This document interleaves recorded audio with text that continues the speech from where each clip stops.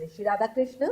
प्यारे प्रेमियों, आज ये वीडियो बहुत ही पावन और भावुक है और बहुत ही ज्यादा शुभ और फलदायी होने वाला है, क्योंकि आज मैं आपको बताने जा रही हूँ माघ पूर्णिमा की महाफलदायी महत्व और साथ में सुनाऊंगी 3 पौराणिक कहानियां, जिन्हें सुनने मात्र से ही श्री हरि विष्णु के साथ साथ माता लक्ष्मी की कृपा मिलती है।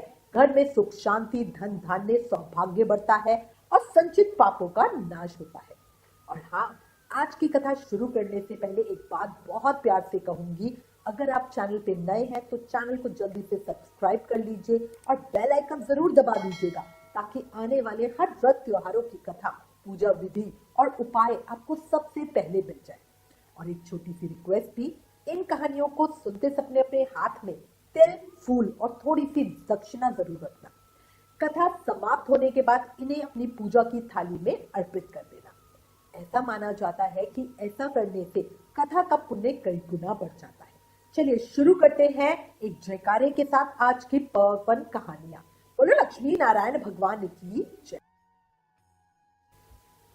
भक्तों, हिंदू धर्म में पूर्णिमा तिथि को देवताओं की विशेष तिथि माना गया है, लेकिन माघ महीने की पूर्णिमा यानी माघ पूर्णिमा, इसका महत्व तो और भी ज्यादा है। ऐसा माना जाता है पूरे माघ मास में देवी देवता मनुष्य रूप में धरती पर आते हैं और वो स्वयं भी गंगा स्नान, दान, पुण्य, जप तप करते हैं। और पूर्णिमा के दिन तो ये भी कहा जाता है कि स्वयं जगत के पालनहार भगवान विष्णु गंगा नदी में विद्यमान होते हैं। इसीलिए माघ पूर्णिमा के दिन किया गया गंगा स्नान मोक्षदायी कहा गया है, यानी मुक्ति देने वाला। और एक मान्यता ये भी है कि माघ पूर्णिमा के दिन देवी देवता अंतिम बार स्नान और दान करके अपने माघ स्नान का उद्यापन करके अपने लोक वापस लौट जाते हैं। मतलब ये दिन ऐसा है जैसे धरती पर पुण्य का दरवाजा पूरी तरह से खुला हुआ हो। और इस दिन का व्रत शास्त्रों में सर्वश्रेष्ठ व्रतों में से एक माना जाता है। माघ पूर्णिमा को साल की बड़ी पूर्णिमा कहा जाता है। पूर्णिमा का व्रत रखने से अक्षय पुण्य फल मिलता है और जीवन के अनेकों पापों का नाश हो जाता है। और सच कहूं तो ये दिन केवल नदी में स्नान का नहीं, ये दिन है अपने मन को पवित्र करने का। नदी में उतरकर हर कोई नहा लेता है, पर जो मन के मैल को धो ले वही सच्चा भक्त कहलाता है। तो प्यारे भक्तों, आज की ये कहानियां आप प्रेम से सुनिए, श्रद्धा से सुनिए और मन में बस एक बात रखिए, भगवान भाव देखते हैं, धन नहीं। नियत देखते हैं, दिखावा नहीं। अब चलिए पहली कथा की ओर। प्राचीन समय की बात है, नर्मदा नदी के तट पर एक ब्राह्मण रहते थे। उनका नाम था शुभव्रत। शुभव्रत वेदों के ज्ञाता थे, ज्ञान की उनमें कोई कमी नहीं थी, लेकिन उनकी एक सबसे बड़ी कमजोरी थी, उनका मन पूजा पाठ में बहुत कम लगता था। वो हमेशा धन कमाने में ही लगे रहते, बस यही सोचते थे कि कैसे पैसा आए, कैसे धन कमाया जाए, कैसे घर बड़ा हो, कैसे लोग उन्हें सम्मान दें। और इस धन के चक्कर में कई बार उनसे ऐसी बातें भी हुई हैं, ऐसे कर्म भी हुए हैं जो दूसरे के दिल को दुखा देते थे। धीरे धीरे समय बीता, जैसे जैसे उम्र बढ़ी वैसे वैसे शरीर ने साथ देना छोड़ दिया, बीमारियां आने लगी, कमजोरी बढ़ने लगी। और जब इंसान कमजोर पड़ता है तब उसे अपनी असलियत समझ में आने लगती है। शुभव्रत के मन में भी एक दिन विचार आया कि मैंने जीवन भर पैसा तो खूब कमाया, पर पुण्य तो बिल्कुल नहीं कमाए। अगर आज मेरा अंत हो जाए तो मेरा परलोक कैसे सुधरेगा। और भक्तों, बस यहीं से उनकी जिंदगी बदल गई। उन्होंने सुना था कि माघ मास में पवित्र नदी में स्नान करना बहुत पुण्य देने वाला होता है। उन्होंने उस श्लोक का जाप शुरू किया जिसे स्कंद पुराण के रेवा खंड में बताया गया है, जिसमें कहा गया है, माघे निमग्ना सलीले सुशीते विमुक्तः पापः त्रिया देव्यम प्रयन्ति। अर्थात माघ महीने में शीतल जल में स्नान करने वाले अपने पापों से मुक्त होकर स्वर्ग को प्राप्त होते। अब सोचिए भक्तों, एक व्यक्ति जिसने जीवन भर पूजा पाठ को इतना महत्व बिल्कुल भी नहीं दिया, वो अब रोज इसी श्लोक को पढ़ते हुए नर्मदा नदी में स्नान करने लगा। पहला दिन उसने कांपते हाथों से जल छुआ और आंखों में आंसू आ गए। दूसरा दिन मन में पश्चाताप बढ़ा। तीसरा दिन उसने खुद से कहा, हे भगवान, मैं बहुत गलत था।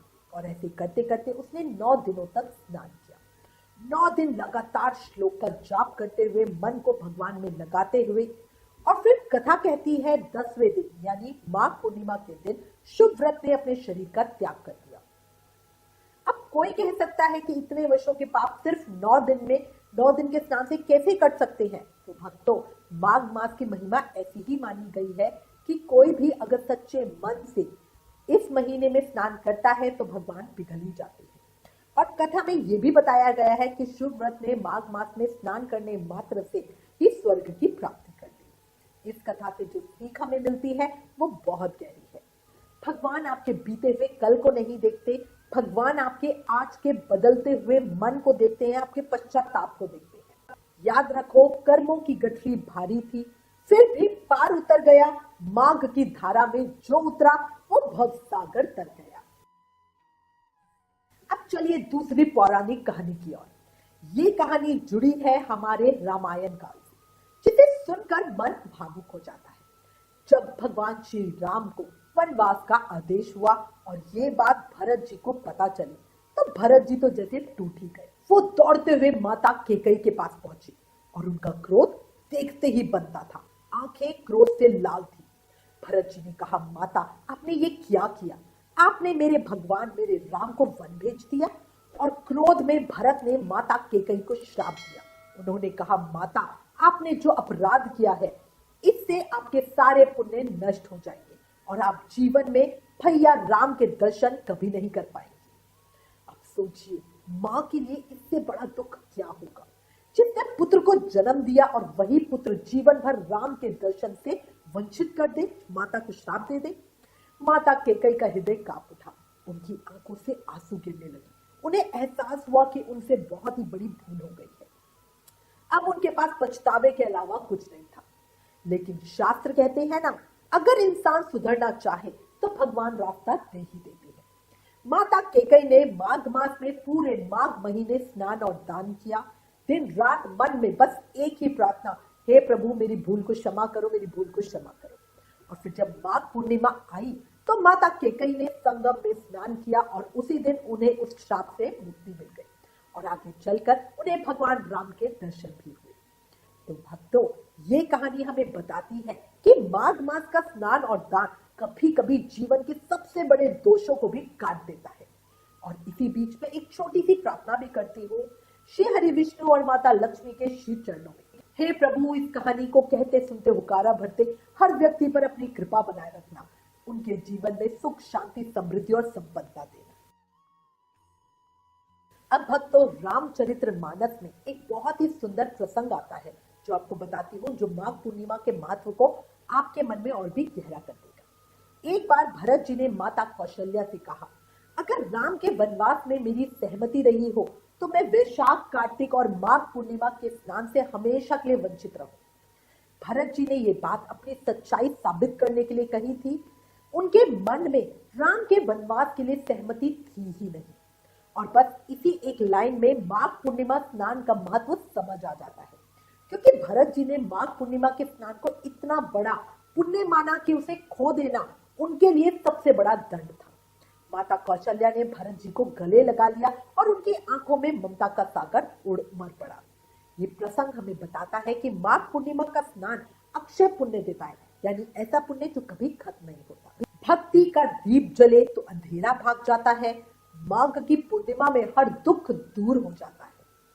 माघ पूर्णिमा केवल पर्व नहीं है, ये एक मौका है अपने अंदर के पापों को छोड़ने का, पश्चाताप करने का, अपने मन को शुद्ध करने का, अपने मन को भगवान के चरणों में रखने का और सत्कर्म के रास्ते पे चलने का।